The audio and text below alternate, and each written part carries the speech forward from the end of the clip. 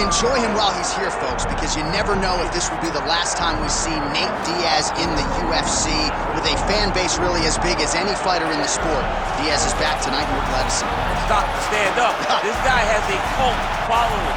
He is one of the most interesting guys in the UFC because he has this sense that he really doesn't care to be here, but he also doesn't feel as comfortable anywhere within the octagon. So it's a love-hate relationship with fighting for Nate Diaz. When he's happiest, when he's best, he's fighting in the UFC.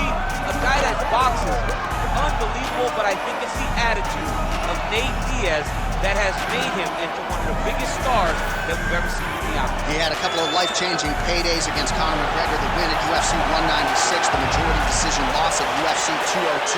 Which to this day he says he was right. He thinks he won that fight. But one thing goes without saying, and I'll say it anyway, when Nate Diaz fights, the world is watching, and that is the case yet again here tonight.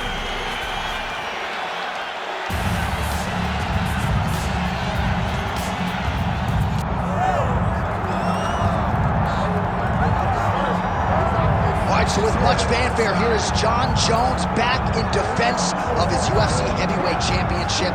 Remarkable the manner in which he came back from a 3-year layoff.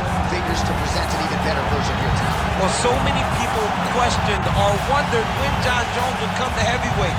When he did, he looked better than he ever has inside the UFC's octagon, winning the heavyweight championship and reasserting himself as the dominant force in mixed martial arts. Jon Jones once again steps into the octagon looking to build on his legacy. And we don't know how long for this game Jon Jones is, so enjoy him while he is here. We'll see how it goes tonight in this UFC heavyweight championship title defense. Jon Bones Jones, set to fight Nate Diaz.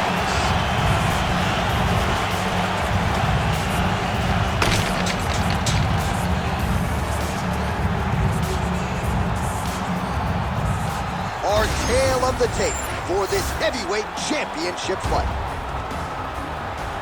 Here's Bruce Buffer. Ladies and gentlemen, this is the main event of the evening.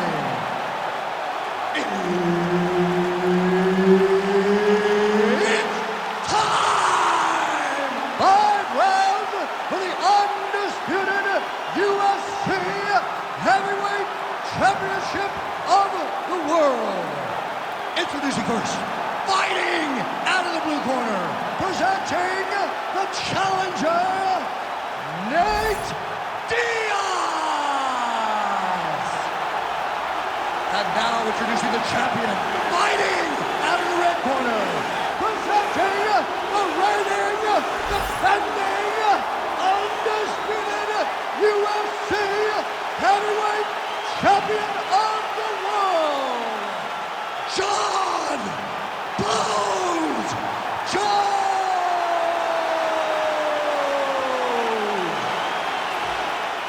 Herb Dean, our third man in the octagon for this one.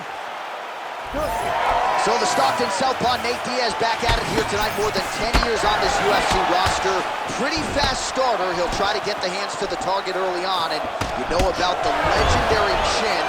A lot of power in the opponent tonight, but easier said than done to get Nate Diaz out of it.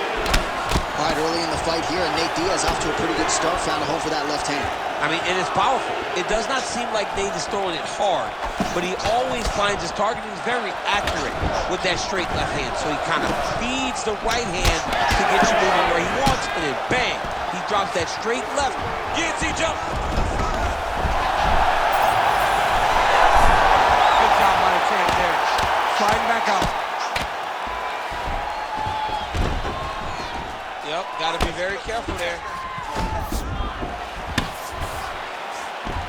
Wide north-south position now. We'll see how he chooses to proceed. Diaz is in half guard. Getting him out here.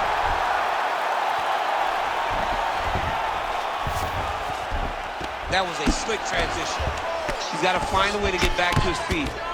Well, these are some excellent ground and pound strikes here, DC. There's an efficiency with which he operates in these situations. He knows exactly when to throw, exactly when to hold, and it's allowing him to really control the grappling aspect of the fight. There's a song there, right? Know when to hold him, know when to fold him. Yep, there absolutely.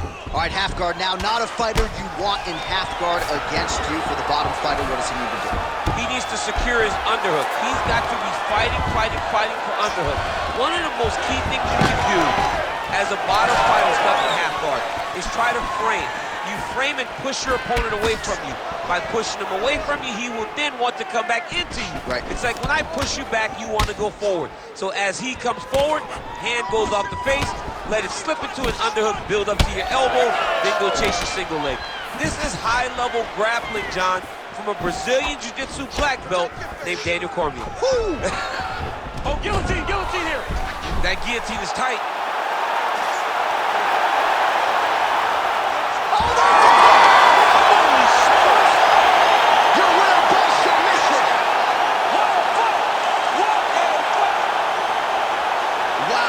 Unbelievable result here tonight by way of submission, and he bided his time there. He stayed patient, waited for an opening, and then when it was there, he certainly capitalized to get the tap here tonight. All right, let's take a look back at the replay as he gets it done by submission tonight, champ. He was able to get the fight to the ground exactly where he wanted it. Eventually, his opponent gave him an opportunity to get a submission. He did that, and he should be very proud of the work he did tonight in the octagon. The official decision is in. Here is the veteran voice, Bruce Buffer. Ladies and gentlemen, referee Herb Dean has called a stop to this contest at 3 minutes, 51 seconds of the very first round, declaring the winner by tap out and new undisputed UFC heavyweight champion of the world, Diaz.